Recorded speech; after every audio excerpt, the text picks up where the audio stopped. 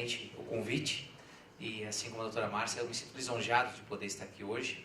Nesses últimos 2 anos eu tenho percorrido o Estado falando em vários municípios que estão tratando do plano diretor, ou colegas nos convidam, ou próprios municípios, e isso tem sido muito, assim, um aprendizado muito grande para mim, de conhecer essa participação democrática, esse interesse da sociedade. Aqui em São José não é diferente. Então, meus parabéns a todos os que estão trabalhando no âmbito do município, de fazer esse trabalho hercúleo, como a Márcia lembrou, porque é impressionante, né? Toda essa dimensão que está sendo dada da participação popular, de compilar essas informações e entregar realmente um plano participativo. É muito difícil isso acontecer e a gente tem presenciado em vários locais o Ministério Público questionando vários planos diretores pela essa ausência, que a participação popular não é apenas um ato simbólico, ele é um ato vinculativo, obrigatório para que esse documento exista, né? E é interessante a gente presenciar, eu já dizia o Nelson Rodrigues, que no nosso país, assim, o improviso é tão forte, tão bem feito, que parece planejado, né? E é bom ver nos municípios quando há esse planejamento, né, a longo prazo, realmente, com as lições de Confúcio já, e é interessante ver essa aplicação acontecendo, né? Ainda que tardio, bem verdade, a gente pode ter que reconhecer, mas nunca é tarde para poder fazer algo correto na questão do planejamento. Então, meus cumprimentos à equipe técnica jurídica do município, cumprimentando os senhores, cumprimentar especialmente também a minha colega Márcia, e dizer para ela que eu fui um daqueles novos promotores que, quando entrou, né, foi logo ter uma reunião com a doutora Márcia Arende, na época, isso lá se vão 22 anos e pouquinho, e eu tinha recém-ingresso no Ministério Público, e é muito assim, gratificante, muito interessante de encontrar sempre com esse dinamismo, né, com essa disposição, porque a maioria dos colegas vai perdendo um pouco esse brilho próprio e essa vontade de produzir conhecimento, né? A gente vê vários colegas chegando na nossa idade, vamos dizer assim, até eu um pouco mais novo, né, de carreira, um pouco mais de 20 anos, mas há um desgaste, uma desilusão com a profissão, tendo em vista que a gente só trabalha com apagando fogo, apagando incêndio. Eu lembro que fiquei 2 anos e meio na capital, sendo promotor do júri. Eu sempre falava no júri que a primeira profissão a ser extinta para o bem da sociedade era do promotor de justiça. Porque nós só entramos na discussão porque algo não deu certo. Porque alguém deixou de fazer alguma coisa, porque algo está errado, né? Seja a questão de crimes, de improbidade, enfim, desrespeito a normas ambientais. Então, a evolução da sociedade passa pelo primeiro desemprego do cargo do promotor de justiça, né? E cansa muito. Eu agora estou há 3 anos na área ambiental, militei muito no início da carreira no interior do estado nessa área, agora retornei como coordenador, de ser taxado, e muitos aqui já ouviram essa expressão, de biodesagradável, né? O promotor de justiça é o biodesagradável da vez. É ele que emperra o crescimento da cidade, é ele que está entrando com ações ou chamando o município para corrigir isso, aquilo. E, na verdade, temos que criar destruir esse mito e nós estendermos a mão para sermos parceiros no primeiro momento, né? E é claro que se algo estiver errado, até de forma preventiva, nós já estamos atuando e sempre de olho como fiscal da lei. E os municípios, várias reuniões com prefeitos, é interessante que em umas reuniões mais recentes os prefeitos têm dito assim: eu nunca mais celebro o TAC com o Ministério Público. Promotor me chama, eu não quero mais celebrar TAC. Isso não encontra até de prefeitos, muitos prefeitos. Todos falavam isso. Porque o promotor fica criando obrigação. E cria obrigação de fazer isso, e cria obrigação de fazer aquilo e tal, e cria obrigação. Aí eu não me aguentei, Márcio, eu pedi a palavra me atravessando assim. Só queria esclarecer, antes de continuar esse diálogo, de que o promotor de justiça, o Ministério Público em si, quando celebra um TAC, quando ele entra para resolver um conflito nesse inquérito civil, por exemplo, ele não está criando nada. Nada. Quem cria a obrigação é o legislador, e aqui nós temos representantes do legislativo. É o vereador, através de um plano diretor aprovado na Câmara, que vai criar regras. É o Congresso Nacional. Essa lei dá prazos, coloca diretrizes. E se elas não forem cumpridas, a sociedade fica descontente. E quem que ela vai procurar que tem a obrigação constitucional de garantir que aquela lei seja aplicada? É o promotor de justiça. Então eu só quero corrigir isso lá, falei na reunião. O promotor não cria obrigação nenhuma. Quem cria é o legislador. E é bem da verdade que muitos legisladores esquecem que já foram prefeitos um dia. Porque é fácil legislar quando você coloca assim que a diretriz básica é a municipalização do atendimento. Sobra tudo para o município, né? É muito fácil dessa forma, né? Que haja orçamento, né? Tem Tribunal de Contas aqui, sabe como tem que ter essa interpretação conjunta. Então, antes de mais nada, é isso. O promotor não cria obrigação. As obrigações são criadas e aqui nós temos a grande vantagem de uma criação de uma legislação com a participação da comunidade, né? Então, se ela não for cumprida, aí sim é que a gente vai agir. Então, no primeiro momento, a gente sempre espera que as coisas andem naturalmente e sejam aplicadas, né? O foco de todos, aí sim vem algo em comum. O foco de todos está lá no artigo 182 da Constituição Federal, que diz justamente que a propriedade tem essa função social, né? E qual o interesse maior da questão do planejamento urbano, que é sedimentado no plano diretor? É garantir o bem-estar da população. Isso é um fim comum que nós temos da população, do administrador público, do legislativo e do Ministério Público. E é por isso que nós estamos aqui hoje, buscando o bem-estar da nossa população, que envolve justamente a diminuição da criminalidade, a questão de posto de saúde, mobilidade urbana, tudo que a gente tem, qualidade ambiental, enfim, a questão do meio ambiente ecologicamente equilibrado, tudo isso que a gente almeja, é o bem-estar. E é interessante como esse tema, eu hoje, coordenador do Centro de Apoio, somos mais de 170, 180 promotores ambientais. Claro que nem todos exclusivos, mas no Estado. E de cada 10 pesquisas que chegam lá no Centro de Apoio, 9 é desse tema. Mobilidade urbana, urbanismo, planejamento urbano, plano diretor. Fauna, flora, patrimônio cultural, fica lá nas pequenas pesquisas que tem. Por que isso? Porque é o tema que está na ordem do dia nas promotorias ambientais, mas não só as ambientais, mas preocupa todos os promotores que moram em determinadas cidades. E daí sou adepto da teoria de que não dá o peixe, mas a vara de pescar para pescar, a gente acabou compilando faz um ano, um pouquinho, essa obra. Hoje já vão ter que fazer uma nova, porque já pesquisas de últimos anos são novidades, até temas bem interessantes. Eu não estou fazendo propaganda porque não é nem vendida essa obra. Mas qual é a ideia? O tema foi tão enfocado no Ministério Público que a gente fez essa obra para que o promotor pudesse ter essa consulta mais diária e diminuísse um pouco também a demanda lá para mim, né? Vamos colocar essa obra. E daí eu cheguei em casa um dia, o nosso Ministério Público todo formal, eles que fizeram essa capinha aqui, né? Mostrando mais ou menos o que é o ordenamento territorial. E eu cheguei em casa, peguei minha pequena lá de 9 anos, Carol, desenha uma cidade para o papai.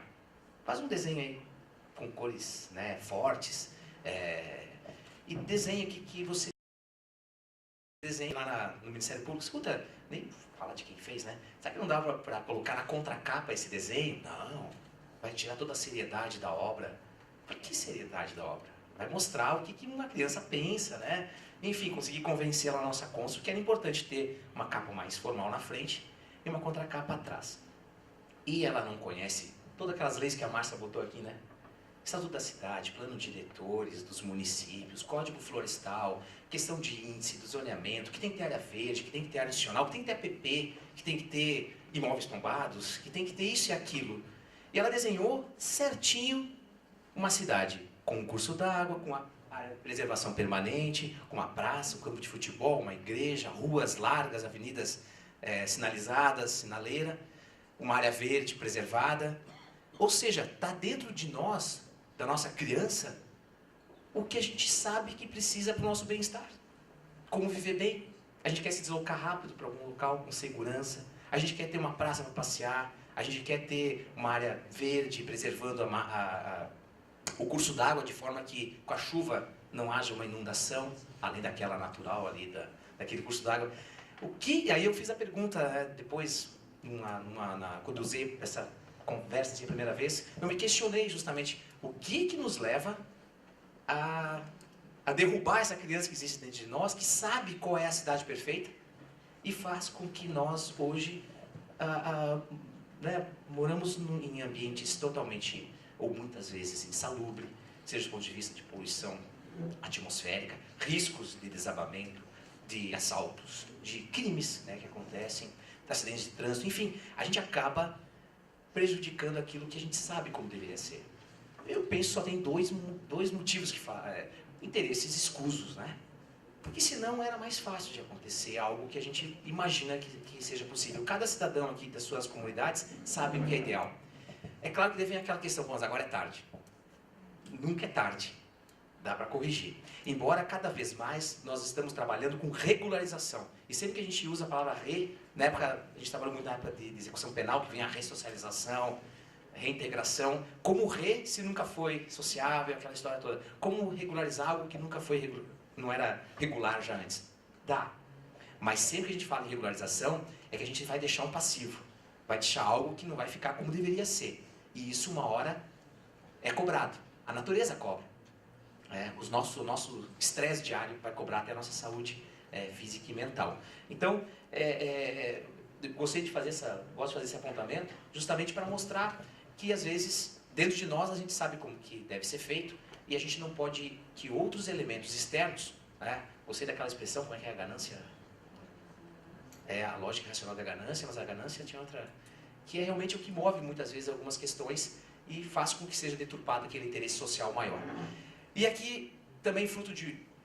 O CREA, uma vez me convidou, lembra? Acho que estava presente lá, em seguranças ambientais, né? A gente foi participar, não sei se estava lá no CREA. O tema, todo mundo foi falar de insegurança ambiental. Ou era insegurança jurídica, ou era insegurança técnica, na questão das autorizações dos municípios, tudo era insegurança. Eu já fui inseguro para aquele evento. Mas eu falei, não, eu não vou falar sobre insegurança. Vou falar sobre... justamente a questão da resiliência, né? Que é superar a insegurança, que é se levantar, a gente vê todo dia isso acontecer com a natureza, mas uma hora ela cansa, né? Mas eu fui com esse espírito de falar não só das inseguranças geradas, mas aquilo me marcou e eu comecei a abordar e pediu para abordar isso. Eu acho importante, nos municípios tem sido bem discutido isso, porque cada um se vê ou vê que isso realmente acontece em algumas situações. Então, falava-se muito das inseguranças jurídica.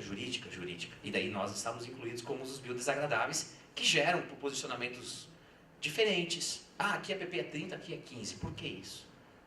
Os municípios, às vezes, por causa que o promotor está decidindo dessa forma, acabam mudando. Aqui vai ser decidido que pode construir, aqui não pode. Isso gera, a mudança do plano diretor vai gerar insegurança. Quem protocolou, quem não protocolou? Vale o protocolo da lei anterior, não vale? Começou a construir, já vale? Então fica sempre no ar essa questão e sempre o risco de se perder alguma importância financeira considerável em razão disso. Então, só que antes dessas inseguranças que podem ser geradas, nós vamos encontrar as inseguranças de ordem de desastres naturais. Eu não sabia desse valor absurdo que é gasto que foi gasto, né? Isso já há 2 décadas quase começou. As inseguranças geradas por questões técnicas, posicionamentos técnicos até diferentes do mesmo caso. É restinga, não é restinga? Aí invoco até dinossauros lá para provar que eu já tive laudos assim que não era restinga para poder construir. A jurídica, a administrativa, a intervenção da própria pessoa em desrespeito às normas técnicas e a própria criação legislativa equivocada. Então, a primeira delas é a imprevisibilidade dos fenômenos naturais, no ambiente físico ou biológico. Então, nós temos um levantamento até na sequência no estado. Eu nunca vi, Santa Catarina também foi escolhida para experimentar de tudo. Coisas que eu só tinha ouvido falar em outros hemisférios, né, em outros continentes, aconteceram aqui. Então, todas essas situações fogem do nosso controle. E elas têm que ser, de alguma forma ou de outra, garantida, preservada, protegida naquilo que for possível com as normas legislativas das mais variadas espécies. Eu tenho falado muitas vezes que, por exemplo, a gente fala muito da APP, né? APP, Área de Preservação Permanente, todo mundo sabe.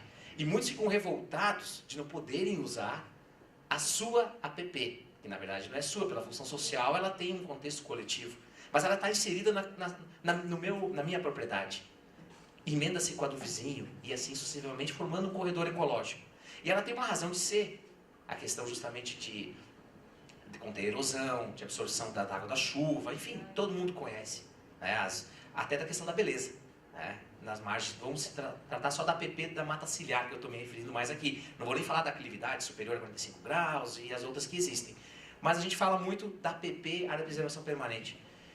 E eu tenho dito sempre que o azar dela, vamos dizer assim, foi se chamar de APP, de Área de Preservação Permanente. Porque se o legislador, lá quando concebeu o Código Florestal em 65, tivesse chamado, ainda que com as iniciais APP, mas do nome que ela deveria ter, que é Área de Perigo Permanente, ela seria mais respeitada. Área de perigo permanente, é essa uma dos motivos de ter 30 metros, de ter 50 metros, de não construir em aclividade superior a 45 graus, de preservar isso. Claro, tem também um lado ambiental, dos benefícios, dos serviços ambientais que essa APP presta.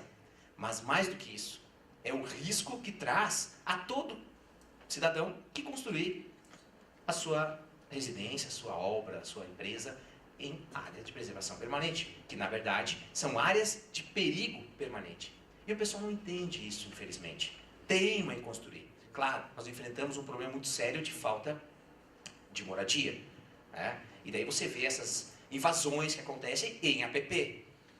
Pode ficar? Pode. A nossa legislação hoje permite, Minha Casa Minha Vida, o Código Florestal, a regulação fundiária em APP. Mas exige que seja feito um diagnóstico socioambiental dessa área, identificando quem tem risco à permanência do imóvel e quem não tem. Quem tem risco tem que sair.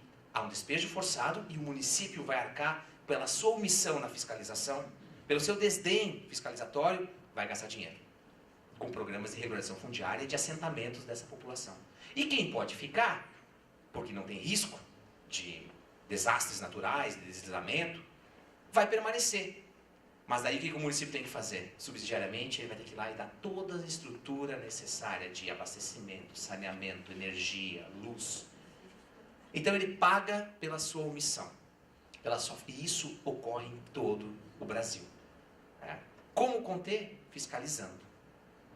Antes, porque depois que foi consolidado, e não vai ter tempo de eu falar aqui, mas a Minha Casa Minha Vida, ainda que ela permite, ela diz o seguinte, ó, só pode regularizar em APP quem ficou lá, quem chegou lá na área ocupada até julho de 2007 ou 2009, 2007. Isso tem que ser visto, esse marco temporal também. Ou seja, quem chegou depois tem que sair todo mundo. E aí, como é que vai resolver o município para colocar onde? O certo é que, uma vez que um laudo, que um técnico do município, um arquiteto, um geólogo, um biólogo, atesta no documento, certifica nesse diagnóstico de que aquela área está sujeita a deslizamento, que aquela área é uma curva de rio e está sujeita à inundação, enfim, que ela diga que tem risco de desastre, e ela está pronto esse documento, vai entregar ao secretário do município, vai entregar para o prefeito, quem, a partir daquele momento, vai dormir tranquilo? Quem vai, ainda que use o lar legal, que use a regulação fundiária, use o capião, vai conceder a escritura para aquele imóvel? Ele pode até ter a escritura, mas ele não pode construir. E é isso, e eu gostei muito da apresentação da Márcia, vou usar muito dos detalhes que ela colocou, porque a base de toda a discussão aqui é isso. Não confundir direito à propriedade, por mais sagrado ou flexibilizado que seja esse sacramento da propriedade, com o direito de construir. Isso é fundamental, por todas essas regras que o plano diretor vai impor, aquelas legislações todas impõem. Então, isso é fundamental. E a gente tem visto nos fóruns, às vezes, umas ações coletivas que embargam determinadas regiões, ali não pode construir, ou determinadas obras. Por exemplo, agora a gente conseguiu estar fazendo um TAC com a Celesc, que só vai ligar a luz, energia elétrica, em obras novas que tem a BITSE. E em obras velhas, só aquelas que são passíveis de regularização fundiária, cujo diagnóstico foi feito, reconhecendo como área urbana consolidada, a gente vai ver rapidinho ali o artigo 47.2, que tem que preencher o requisito, e o diagnóstico apontar que não tem risco. Aí, ou seja, ser inserido num processo de regulação fundiária, pode ligar. Então, os órgãos, tanto a Casan quanto a Celesc, estão celebrando esse documento conosco. Por quê? Porque quem que vai regularizar, vai colocar energia elétrica numa habitação que está dentro de um laudo que diz que aquilo tem risco? Nós vamos estar testando, né, que aí o seu túmulo vai ser feito mesmo na sua propriedade. Aí que vem o maior, vamos dizer assim, de forma bem fiel à expressão da palavra lar, né? Vai ser o seu lar derradeiro. Né? A gente ri, infelizmente, mas nós enfrentamos isso esse ano em vários locais. Pessoas que tiveram suas casas levadas no interior do estado, e eu visitei esses municípios depois, e na sequência entraram com pedidos na prefeitura para construir no mesmo imóvel, no mesmo lugar. Teve gente até que perdeu o terreno, mas daí já estavam fazendo aterro, pedindo para fazer terraplanagem. Então, claro, nós temos o problema da falta de moradia, vamos enfrentá-lo então de alguma outra forma, né? Mas não dessa maneira aonde todos poderão ser responsabilizados por essa autorização ou omissão, né? Então, a imprevisibilidade dos fenômenos naturais. A outra, as estatísticas aqui das ocorrências saíram no DC agora de 2015. A legislativa.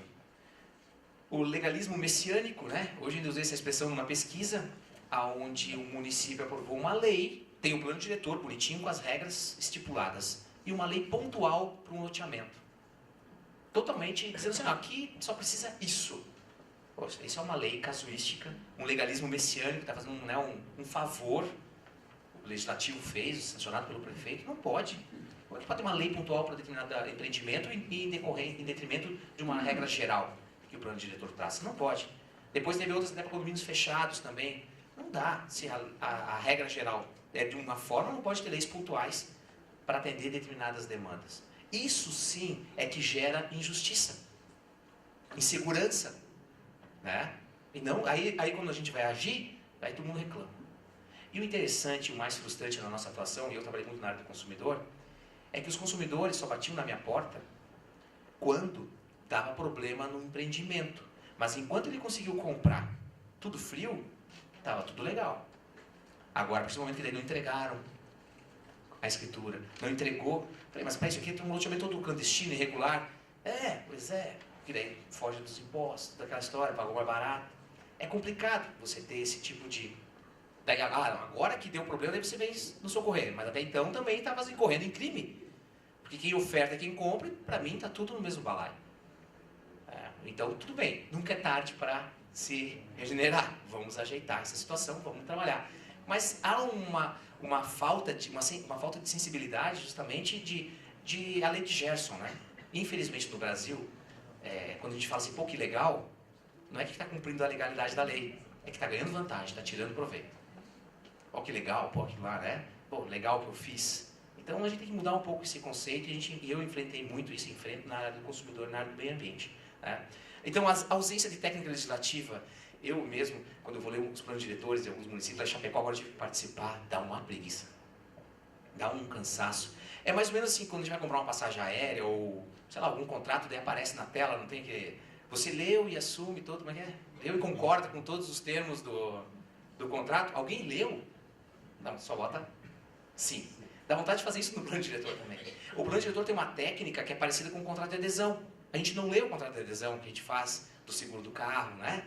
Do compra de um imóvel, às vezes, até. A gente começa a ler, ele tem uma técnica de ganhar no cansaço. E ele precisa de um jurídico e de técnicos para ler junto. Eu sempre tenho que levar os universitários comigo na interpretação do plano diretor. E isso é uma dificuldade, mas necessária, vamos dizer assim. Por isso ele tem que ser o mais sucinto e claro possível, né? Então, e o pior é quando, às vezes, já nasce com uma redação propositadamente dúbia. Já bota um artigo lá, porque advogado gosta de ter argumentos para um lado e para o outro, já sai um artigo assim meio não esclarecedor. Já repararam isso? Alguns artigos assim? Você lê e não consegue definir rapidamente o que ele quis dizer. Olha, esse é um artigo propício para ser discutido aonde? Vão lá para os fóruns, aí reclama da morosidade também, tudo acaba lá. Né? Então já nasce com redação propositadamente dúbia para não definir muitas questões. Contrária às normas federais, ou seja, mais flexível. É impressionante, até vou dizer o município de Uaçaba, a APP lá é 5 metros. Aí os caras indignados, poxa, o prefeito que autorizou, o município autorizou a obra, aqui é 5 metros de APP. Mas da onde que tiraram que é 5 metros de APP? O Rio do Peixe lá, que devia ser 100.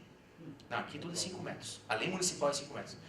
Mas o artigo sempre disse o seguinte, ele dá com uma mão e tira com a outra. Ele diz, olha, todo município pode legislar ou deve legislar, desde que de forma mais restritiva. Simples assim.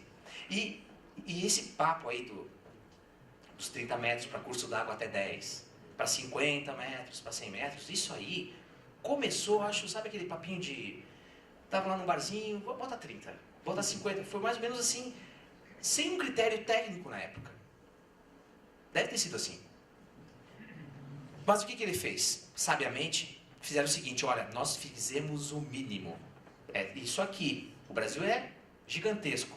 O que nós vamos fazer? Nós vamos dar ao município, que conhece a sua realidade local, a sua geografia, a sua hidrografia, e é ele que vai definir a mais. Eles pensaram certo. Então, se o município quer legislar, ele tem que botar 30 ou mais como mínimo de APP possível, frente à sua realidade local. Ele vai lá e coloca 5, e sem amparo algum. E quantas obras foram deferidas em cima dos 5? Né? Então, isso gera o quê? Insegurança jurídica. Né? E vai parar onde essa discussão? No Ministério Público e no Judiciário. Então, há todo um ciclo assim, que gera essas inseguranças que nascem em vários outros pontos que não no judiciário. Eles acabam lá, né? Mas não nascem ali. Né? Então, isso vem dessa questão das diferentes competências. Eu até achei interessante agora uma lei questionada recentemente nos tribunais superiores. O Estado de São Paulo proibiu, mas de forma assim gradativa, durante uns anos, a diminuição do corte de cana-de-açúcar em razão da poluição que gerava, enfim. E o município proibiu tudo. O Estado fez uma lei proibindo gradativamente. Né? Em 6 meses diminui tanto, isso era uma meta, né? E a lei estadual. Aí veio o município e disse assim, não, aqui, a partir dessa lei agora, não pode haver mais o plantio, o corte em razão da poluição. E o Fux, da STF disse, não. Disse que não. Então veja, essa questão de ser mais restritivo, que eles tentaram ser, né? Também não é assim às vezes. Por quê? Porque eles falaram, não, tinha uma norma estadual, geral, que já era suficiente do ponto de vista ambiental, e seria injusto ter uma agora que ali proibisse, enfim. Mas é porque também teve gente que não gostou e reclamou.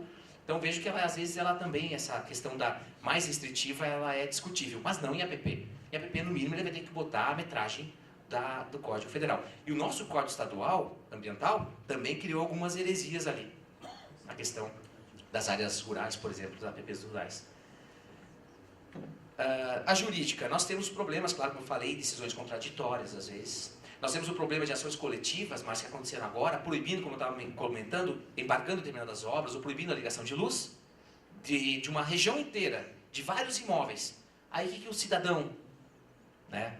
O cidadão tem que deixar de ser visto de cidade grande e passar a ser visto como senhor de direitos, né? Mas o cidadão, ele vai lá e entra com mandado de segurança e diz, olha, eu quero luz, né? Tem o meu imóvel, tal, tá aqui. E o que ele junta para fazer prova do imóvel? E daí o juiz que não conhece a ação coletiva, que está com uma liminar proibindo a ligação de luz numa ação civil pública, naquela ação individual, ele concede. O que os outros todos vão fazer? Ações individuais. Até que de repente eles veem, aí já está o mal criado. Depois que você concedeu. Né? Aí já criou as jurisprudências, aí todo mundo se sentindo naquele direito. E você tinha uma ação coletiva protegendo e ações pontuais individuais estão sendo ajuizadas. Então há esse descompromisso, às vezes, essa falta de informação que podia tirar um pouco de ideia. É injusto para aquele que não tem e aquele que está buscando a forma de uma segurança. A questão da dificuldade da prova. Né? A gente tem uma dificuldade muito grande, às vezes, de valorar um dano ambiental, de buscar essa prova. Temos que aprender melhores técnicas de mediação e negociação, não só para realizar ataques, né, os termos de ajustamento de condutas, mas também para mediar conflitos de invasões, conflitos sociais. Isso é necessário. Chegar numa audiência pública, que não era o caso aqui, mas discutir como é que nós vamos tirar quem tem que sair e como é que vão... Eu me lembro lá no Lajeado São José, lá em Chapecó, em 98, eu fui lá fazer uma audiência onde nós começamos, não tinha Minha Casa Minha Vida, mas a lógica era sempre a mesma. Fica quem pode ficar, quem não tem risco, e sai quem tem que sair. Usa o capel para quem pode, quem não pode, vai sair. E daí na hora que eles tinham invadido áreas verdes, áreas institucionais, doadas pelo proprietário de um loteamento ao município. Não sei se vocês já ouviram isso acontecer, mas aí o município não fez nada na área verde, na área institucional, e o pessoal se assentou ali, uma casinha, no dia seguinte outra casinha, o filho casou mais uma casinha, e vai expandindo. E aquilo virou mais de uma centena de famílias de construções. Opa, vamos lá resolver? Vamos. Primeira coisa, ninguém constrói nada amanhã, a partir de amanhã. Minha Casa Minha Vida trouxe um marco temporal, mas na época não tinha, então nós acertamos com o presidente lá da Associação dos Moradores, ó, agora quem chegar não tem, vai ser compromisso do município de derrubar a casa. Mas todos vocês que estão aqui, que invadiram, ocuparam, nós vamos dar um jeito. Quem pode ficar, fica, quem não pode, vai sair. Trabalho árduo de levantamento, assistência social, meio ambiente, diagnosticar quem pode sair, quem não pode. Quando a gente chegou finalmente na quem poderia sair e quem poderia ficar, a maioria, felizmente, por uma questão até de manter esse pessoal junto, né? Porque a gente já teve casos onde houve o desmantelamento que o negócio se perde, a índice de criminalidade aumenta, enfim, tudo isso. A realidade é outra. Mas a maioria pôde ficar, alguns saíram, eram poucos. O município daí conseguiu arcar com aluguel social, com uma construção, enfim. Quando estava tudo certinho, tinha um pessoal lá que eu não conhecia muito lá da discussão, daquele... Não eram os invasores, os que estavam lá para resolver o problema de ficar. Era um outro grupo, tão grande quanto. E daí um senhor grande, forte lá levantou e disse, olha, eu sou um dos adquirentes do lote, do empreendimento que foi feito, cuja área institucional foi doada e foi invadida. Quer dizer que eu vou ser vizinho deles? Como é que pode? Quer dizer que eles não vão pagar nada e vão ter um lote do tamanho do meu? Vão andar na mesma rua que eu ando? A luz vai chegar para eles? A água? E eu sou caminhoneiro, trabalho a semana toda, muitas vezes finais de semana. Minha mulher fica aqui com meus 2 filhos. Eu comprei aqui porque nessa área institucional, o empreendimento e o município aprovou que ia ser uma creche, um posto de saúde e um campo de futebol. 3 prioridades eu acho também muito importantes. E aonde que vai estar isso aí? Agora a minha creche, a área onde seria a minha creche, posto de saúde, campo de futebol, é a casa deles. Eu paguei, na época lá, não sei quantos, 60 prestações de R$300 e continuo pagando. E você, dono desse terreno. Quando eu estava pensando que estava tudo bem encaminhado, né? Estava tudo direitinho, veio isso. E daí, já é difícil solucionar esse problema da regularização fundiária de quem fica e quem sai. A área era urbana consolidada, embora longe dos conceitos da época, tinha aquela resolução que virou 47.2 da Minha Casa Minha Vida, tinha luz, tinha água, tinha rua, bastava. Depois nós vamos ver como chegar ao resto. E agora, como resolver aquele problema? Aí que vem a questão social. Tentar o bem-estar, alguém vai sair perdendo. Né? Então, eles vão ter que ficar ali, vai ter que ser feita essa moradia. Agora, o município, novamente, e sempre sobra para o município. Ele vai ter que pegar e desapropriar ou doar uma área equivalente àquela que ele não cuidou, ali pertinho, o mais perto possível, para sair a creche. E lá eu dei minha palavra e o TAC foi nesse sentido. Vai ter que fazer, tem que ter uma área igual para ter tudo aquilo que foi prometido e que não teve. Claro, não vai ficar tão perfeito, tão perto como seria. Às vezes não fica mesmo. Mas também não pode levar lá para um outro bairro, outra região. Ele tem que atingir aquela comunidade. Não é o ideal? Não é. Mas o senhor e toda aquela familiarada lá, o pessoal, vão ter que entender que é a única forma de equacionar o problema. Não é o ideal, mas... Administrativo, então. Estrutura, capacitação dos órgãos ambientais, hoje, nos municípios são precários. Nós temos agora 69 municípios, por exemplo, que estão licenciando no Estado. Fizemos um levantamento com o Tribunal de Contas do Estado. O Carlos Tramontinha ajudou lá, o Azor, a gente fez um questionário. Nenhum preenche as regras da 140 ou as resoluções do CONSEMA. Os 69 municípios que hoje em Santa Catarina licenciam não estão de acordo. Mandamos o material para os promotores, vão ter que suspender o licenciamento até que faça adequação. Ninguém quer que pare de licenciar. Mas é que se o município quer, ele tem que ter estrutura. Tem que se adequar. Né? A descontinuidade das políticas públicas, a omissão, o descuido na instauração e instrução de processos administrativos, isso é um grande problema. O município, se ele tem uma equipe, ele não pode cair no descrédito de instaurar ou não fazer nada, ou instaurar e não terminar aquilo. E a maior realidade é o seguinte, ou não se instaura nunca nada, isso nos municípios que eu passei. Né? Ou quando se instaura, não termina, ou quando termina o procedimento administrativo, como contraditória, para defesa, não se executa. Né? Essa é a realidade do poder de polícia do município. Daí acaba que tem que ir onde? Daí para buscar alguma coisa no judiciário. Então deve haver um equilíbrio na atuação, porque na área ambiental é o tríplice sancionamento. penal, civil e administrativo. Cada um na sua esfera tem que esgotar a sua tramitação. Mas é claro que incomoda, muitas vezes, são os embargos que são feitos e o fiscal vira as costas e o embargo é desrespeitado. Isso é inadmissível, porque já é difícil fiscalizar. E quando ele acontece, é feito o embargo, a pessoa desrespeita. Agora chegou uma comitiva ali na promotoria, de me chamaram de Florianópolis, que vários imóveis, até sendo na televisão, lá no Santinho, ingleses, as pessoas construíram um andar a mais. Vários imóveis, era para ser 2 andares, fizeram 3. E daí foi todo mundo lá na promotoria. Olha, a gente quer, e daí tem que causar estranheza. Quando chega para o idiota que a gente quer fazer um TAC, aqui, tem alguma coisa que a gente tem que pensar, né? Porque ninguém quer, de repente bate lá querendo fazer. Bem, a gente faz um ajuste de conduta, mas a gente só pode fazer se tiver amparo legal. Todos, Márcia, tinham sido embargados e avisados. Olha, você só pode construir e que para aqui. E não os respeitaram. Aí um assim falou assim, mas eu não posso ficar com esse 3º andar aqui, ele fez uma cobertura, e pintar uma escola. Eu falei, meu amigo, se a gente fizesse isso, todas as escolas do estado estariam brilhando. E eu estaria incentivando a que todo mundo pintasse escola ou creche, a gente ia partir para outras coisas. Mas não é a ideia da compensação.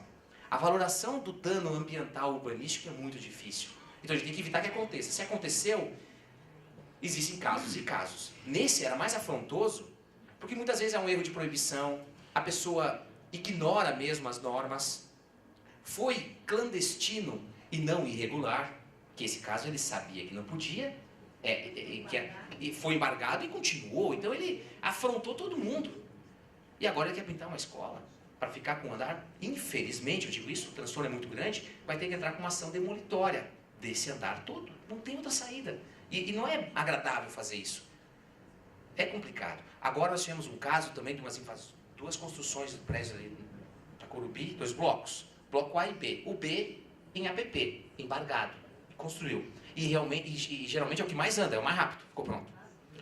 Chegamos, a ação ajuizada, o embargo também judicial, desrespeitou o embargo, construiu, porque ninguém consegue ficar lá fiscalizando. Audiência. A pedido de demolição da unidade toda. Aí chega lá o empreendedor, não, esse aí está todo vendido, 48 apartamentos. Também é rapidinho para vender, nunca vi, né? Esse está todo vendido, o que estava em APP. Aí vem quem? Vem as pessoas de boa fé, terceiros de boa fé, que não tem nada a ver com a história, que compraram o imóvel. Bem, vamos avaliar, não tem risco lá de inundação, disso aqui? Não, não tem. A APP já está meio que... Aí tu tem que caminhar para uma composição. E a pedido era de demolição, mas daí todo o rolo que ia dar, né, de ambiental e de direitos de terceiros ali. Qual foi a sentença? Achei muito interessante. Condenação, que a empresa, que sabia que não podia ter feito ali na APP e que já vendeu para os 48. Não há risco de as pessoas que vão ali morar. Todo mundo comprou de boa fé, então todos ficam, e o senhor vai depositar no FRBL o valor que o senhor recebeu de 48 apartamentos que vendeu. E tá bom, porque não vai gastar com a demolição ainda. Né? Com o custo. Mas são medidas, né, inteligentes, vamos dizer assim. Um shopping agora ali em Vitória também construiu e construiu mais do que podia, desrespeitando o embargo. Estava pronto o shopping, tudo arrumadinho. O que o promotor de lá fez? Então, essa área a mais, quantos metros quadrados? É tanto. Então tá, então esses metros quadrados a mais, o senhor vai doar, virou uma sala comercial, que vai sustentar durante toda a vida desse shopping, e vai ficar para órgãos ambientais daqui do nosso estado, do município, e também questões de expor produtos, enfim, sustentado. Então é uma forma de compensar. A compensação é que algo não deu certo, mas muitas vezes é possível, outras nem tanto, né? Mas tudo decorre da falta desse trabalho administrativo mais forte.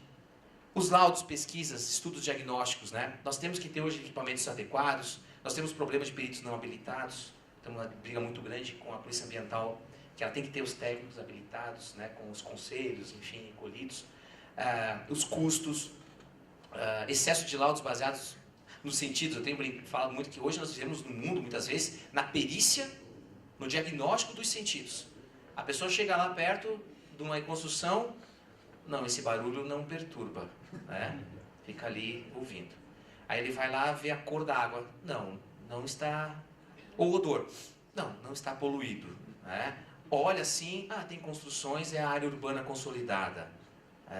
Então ele exerce todos os sentidos, isso não vale, né? Ele tem que ter a questão técnica, né? E o interessante, no nosso âmbito, quando a gente pede, né? A gente manda o processo e pede que seja feita uma avaliação pela equipe técnica lá no nosso setor, ele vai na maior das boas vontades e avalia, mede se aquela obra está dentro dos 15 metros ou não está, se está isso e aquilo. Quando vem o laudo técnico dizendo que está dentro da PP, vem o promotor, não nos sobra outra saída a não ser fazer valer que está, e não tem como discutir.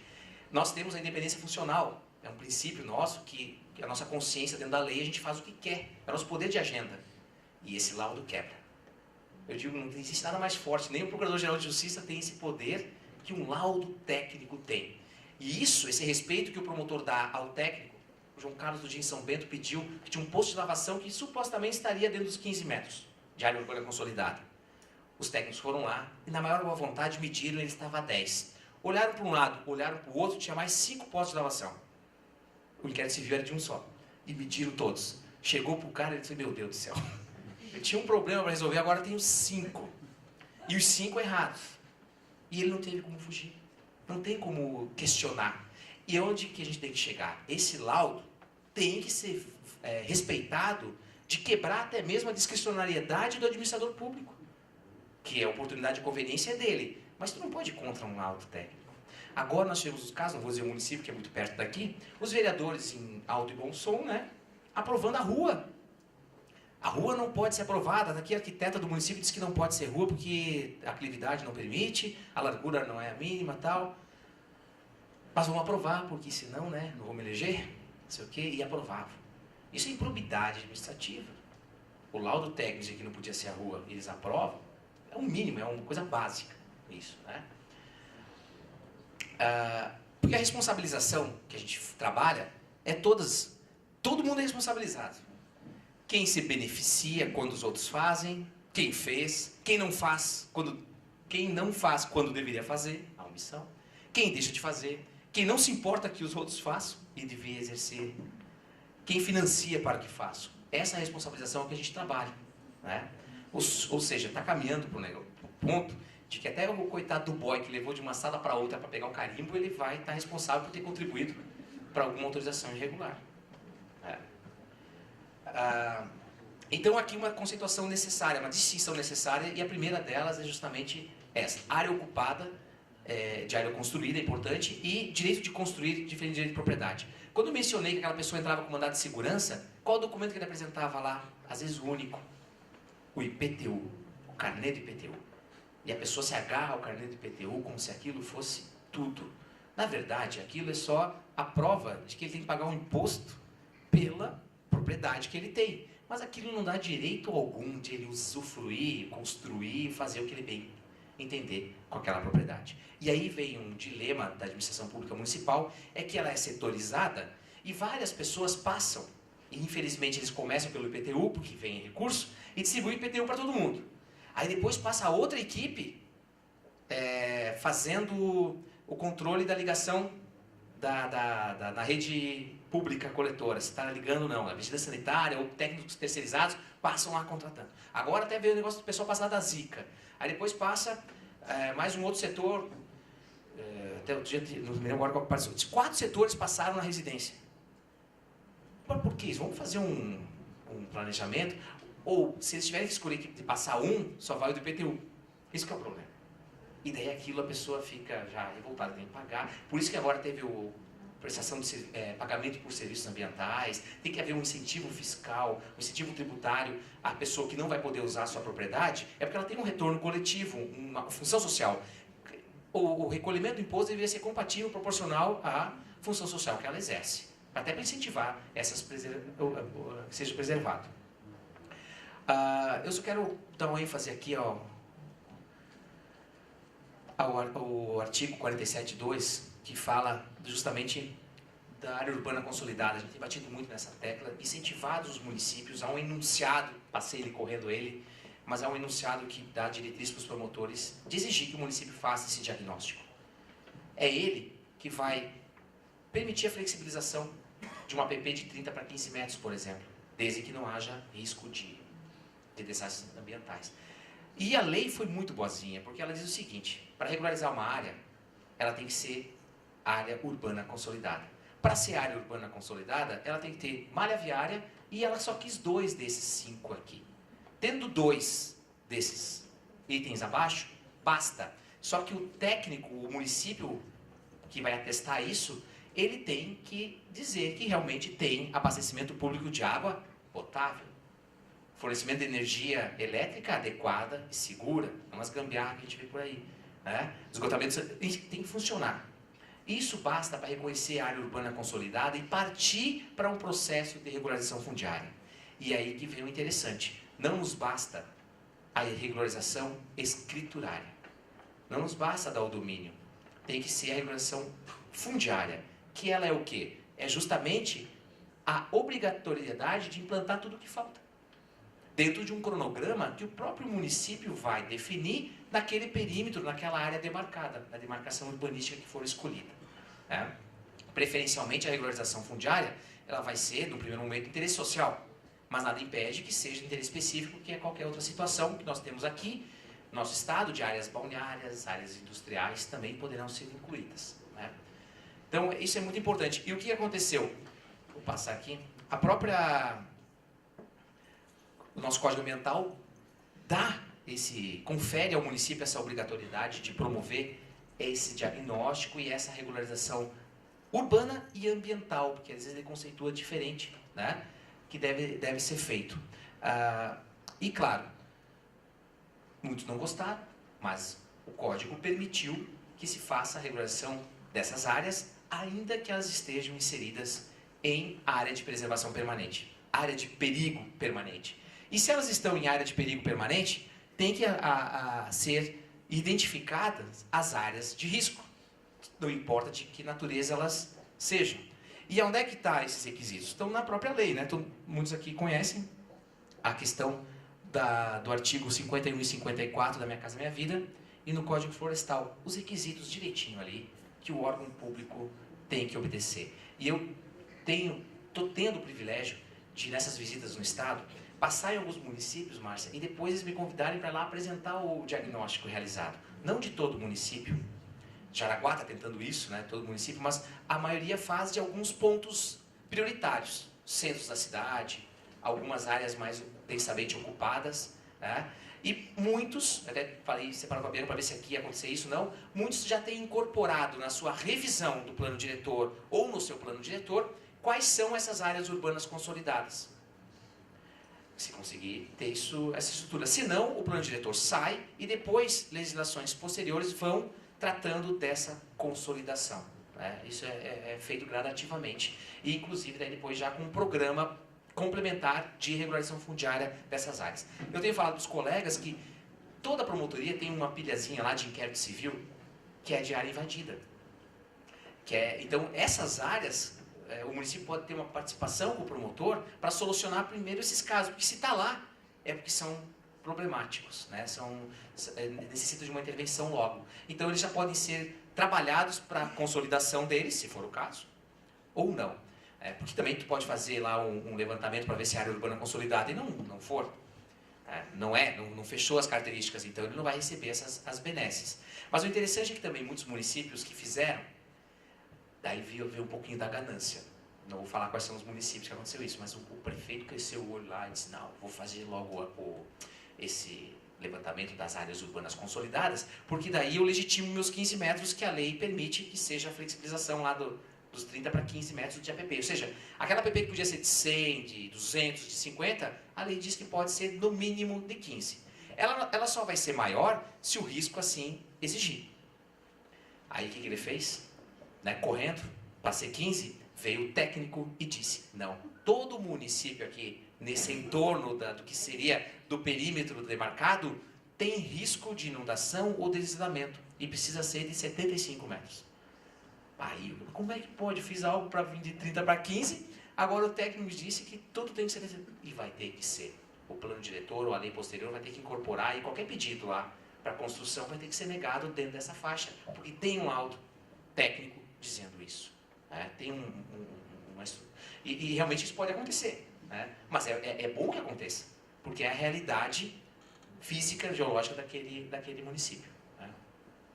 Acho que eu estou acabando meu tempo aqui, né? Aqui são os artigos que falam, e ele dá outras benesses, como por exemplo a regulação fundiária, permite a redução do lote do mínimo legal, em alguns casos, 125 metros, que a gente sempre aprendeu que é o mínimo do mínimo. Se for área ocupada anterior à entrada em vigor da Minha Casa Minha Vida, esse lote pode ser menor que o mínimo legal. Então tem as vantagens, vamos dizer assim, processuais e técnicas legislativas para essa flexibilização, quando a área for urbana consolidada. Então por isso que às vezes aí o pessoal cresce o olho e quer já identificar, mas tem que respeitar sempre o laudo técnico que vai dar essa metragem. E aqui no final, depois o material fica com vocês, eu colacionei um fluxograma, um organograma de tudo que foi usado para fazer os itens, os critérios, os dados que foram usados para o diagnóstico socioambiental de Joinville, de Jaraguá, que são basilares assim, para fazer o reconhecimento dessas áreas. E aqui também tem as informações dos municípios. Vou passar mais rápido aqui. E aqui a base de tudo, que é o levantamento aerofotogramétrico, que nós temos usado como informação. O sistema, é que o pessoal tem reclamado muito, talvez São José, quando for fazer isso, não incorra nos mesmos erros que alguns municípios estão incorrendo, ainda que alertados. Estão contratando, terceirizando, com preço muito alto, o pagamento desse diagnóstico socioambiental. Aí as empresas criou um mercado muito grande. É claro que muitas vezes é necessário, mas na maioria das vezes os municípios têm estrutura própria para fazer, principalmente os municípios com maior suporte. Outros se usam de consórcios de municípios, das associações de municípios, universidades, ONGs, fundações, os sindicatos, associações comerciais têm incentivado, têm custeado, apoiado isso. Não importa quem faça, ele tem que ser assinado por um técnico e chancelado pelo município, no perímetro que foi traçado para aquele diagnóstico pontual. E todo município tem isso aqui. Então, só um teste, você pode fazer várias simulações. Aqui é Brusque, fui lá falar em Brusque, você vê a hidrografia. Então, você identifica do perímetro que traçou, engloba ele. Aqui, mostrar a clividade. Então, é muito interessante, uma ferramenta que o pessoal não tem usado, infelizmente, ou porque não tem a máquina para usar, ou não tem aquela máquina que fica na frente da máquina, que sabe trabalhar com o aparelho. Simulação de cheias, enfim. Mas essa. Eu já não sou tão erudito assim quanto alguns outros colegas, mas eu gosto muito dessa eu sou fã do Calvin, do Harold, e ele fala: quando eu crescer não vou ler o jornal, nem me importar com questões complexas e nem votar. Assim posso alegar que o governo não tem legitimidade para me representar. Então, quando tudo for por água abaixo, posso dizer que o sistema não funciona e justificar a minha falta de colaboração. É uma forma engenhosa de só se preocupar com você mesmo. É bem mais divertido pôr a culpa nos problemas do que tentar resolvê-los. Então vejo uma literatura infantil, às vezes nem tanto, como é bastante elucidativa, e aqui pelo menos nós temos pessoas que se preocupam com os problemas e querem resolvê-los. E mais uma vez eu agradeço a oportunidade de estar aqui contribuindo um pouco. Obrigado.